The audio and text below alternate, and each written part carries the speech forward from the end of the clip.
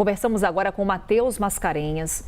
Ele é brasileiro, ele viveu esses momentos de tensão na Venezuela e está agora ao vivo aqui conosco. Matheus, muito obrigada por nos atender. Se é possível falar em bom dia, né? Seja muito bem-vindo. Sim, é um prazer aí, Carol.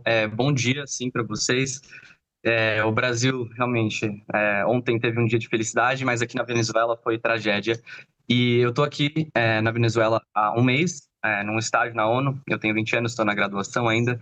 E eu gostaria de contar para vocês, a primeira coisa que eu queria falar, né? Eu lamento muito e dou toda a minha solidariedade a mais de 160 mortos. E digo mais, vai haver um número de mortes muito mais alto, principalmente porque pela cobertura que é o estado do litoral da Venezuela, é realmente uma área que foi devastada pelo terremoto.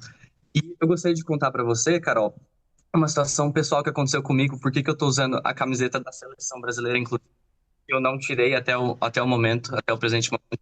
Estou agora em um abrigo da ONU, com a casa. Matheus, eu vou te pedir uma rápida licença, porque a gente está com dificuldades para compreender as suas declarações. A gente vai, assim, nesse momento, ajustar o áudio para tentar restabelecer a nossa conexão com o Matheus Mascarenhas. Ele, que é um brasileiro, está há um mês na Venezuela e relatando para a gente o que foram esses momentos de tensão, onde que ele se encontra agora. Num primeiro momento ali, entendi que ele está num abrigo, justamente por conta dessa situação delicada que a Venezuela vive agora. Estamos diante de uma tragédia no país, país já extremamente fragilizado e que agora vai buscar essa recuperação em meio a uma tragédia com 160 mortos, 164. Esse foi o número passado pela presidente interina do país, Delcy Rodrigues.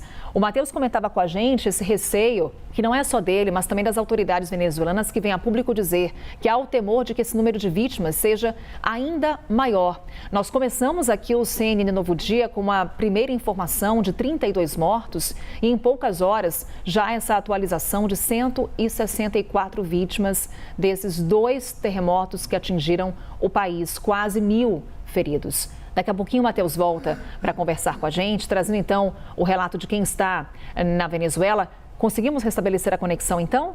Matheus, desculpa a interrupção, é que estávamos com dificuldade de compreender a sua fala, mas agora sim acredito que já a nossa conexão está restabelecida.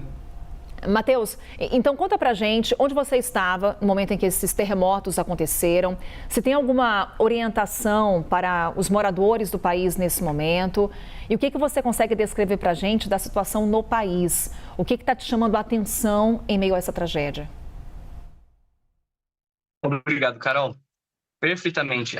Eu estava caminhando em direção para assistir o Jogo do Brasil e eu estava atrasado. O Jogo do Brasil começava às 7 horas na hora do Brasil, 6 horas aqui. O terremoto acontece às 6h04. E no mesmo tempo, se eu tivesse enjoado, quase, passando mal. E, na verdade, eu percebi que a rua estava ondulada e eu dei um passo para trás, eu quase caí. Nesse momento, eu me virei e um prédio de 15 andares cai totalmente em escombros. E veio uma nuvem de fumaça em minha direção. Eu saio correndo. Menor, uns 10 andares, cai também na minha frente. Então, foi uma situação realmente, assim, de viver na pele uma cena de desastre. E você só consegue falar sobre e pensar sobre quando você realmente vive, porque a situação de sobrevivência naquele momento em que você continuar correndo até chegar num espaço aberto, parece um sonho, parece uma coisa que não aconteceu. Fiquei esperando numa praça e aí o caos começou. Ambulâncias, motos, carros, atropelamento de pessoas saindo dos prédios ali de forma desordenada, acabaram Além disso, a falta de organização estrutural, né? Você via vários membros de corpos de polícia sem saber muito o que fazer, sem saber dar orientações. Então, a gente ficou horas e horas, até que nos deram mais instruções. Voltaram a ter tremores, né? A cobertura da Luciana mencionou as réplicas, e sim, as réplicas assustadoras, porque elas continuaram a noite toda e os prédios continuaram movendo, a cidade continuou movendo. Eu lembro de estar nessa praça, sentado no chão, e sentir, assim, um enjoo daquele tremor de terra. Então, eu gostaria de, assim, como brasileiro aqui, que estava indo ver a Copa, ver um momento feliz do Brasil, vários venezuelanos que também estavam acompanhando. Hoje era um feriado nacional sobre a independência da Venezuela, então havia várias pessoas numa situação, assim, de estar em casa mesmo, no apartamento, aproveitando com a família, e realmente prédios desabaram. E eu gostaria de chamar a atenção que Caracas sim foi afetada, e uma sorte muito, muito, muito grande. Estou aqui falando com vocês porque o prédio realmente caiu do meu lado. E eu vi, né, pessoas mortas. E eu gostaria de falar assim, agora com os meus amigos que eu fiz aqui, né, da estadia na Venezuela, uma coisa que todo mundo faz aqui é realmente utilizar as redes sociais em favor de divulgar informações verídicas e divulgar informações da imprensa verídica, né? A gente tem, por exemplo, a lista de desaparecidos. E eu gostaria aqui de até falar de um...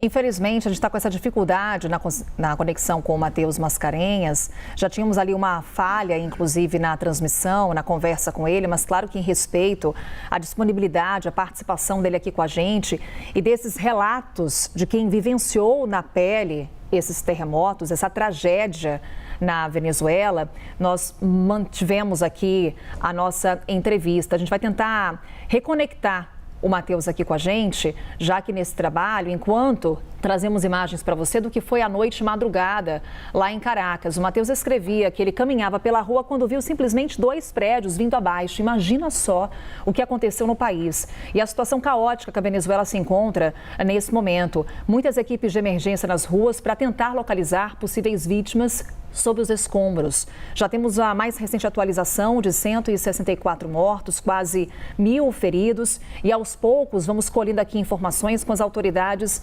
venezuelanas. O Matheus descrevia para a gente que agora as redes sociais também têm um papel fundamental nessa difusão de informações. Familiares, amigos buscando ali mais informações sobre os seus parentes, sobre os seus, nesse momento em que a Venezuela se vê envolta nessa tragédia. O Matheus volta com a gente agora, conseguimos restabelecer a conexão? Infelizmente não, mas é claro que a gente vai tentar mais uma vez manter esse contato com o Matheus, que consegue, um brasileiro, descrever para a gente o que ele viu e o que nesse momento temos de cenário no território venezuelano, já que com a confirmação de envio de ajuda humanitária por parte de vários países, inclusive Estados Unidos, China também se pronunciando. O governo brasileiro, o presidente Lula foi às redes sociais demonstrar ali o seu apoio à população venezuelana. Vamos trazer atualizações em instantes para você aqui no Novo Dia.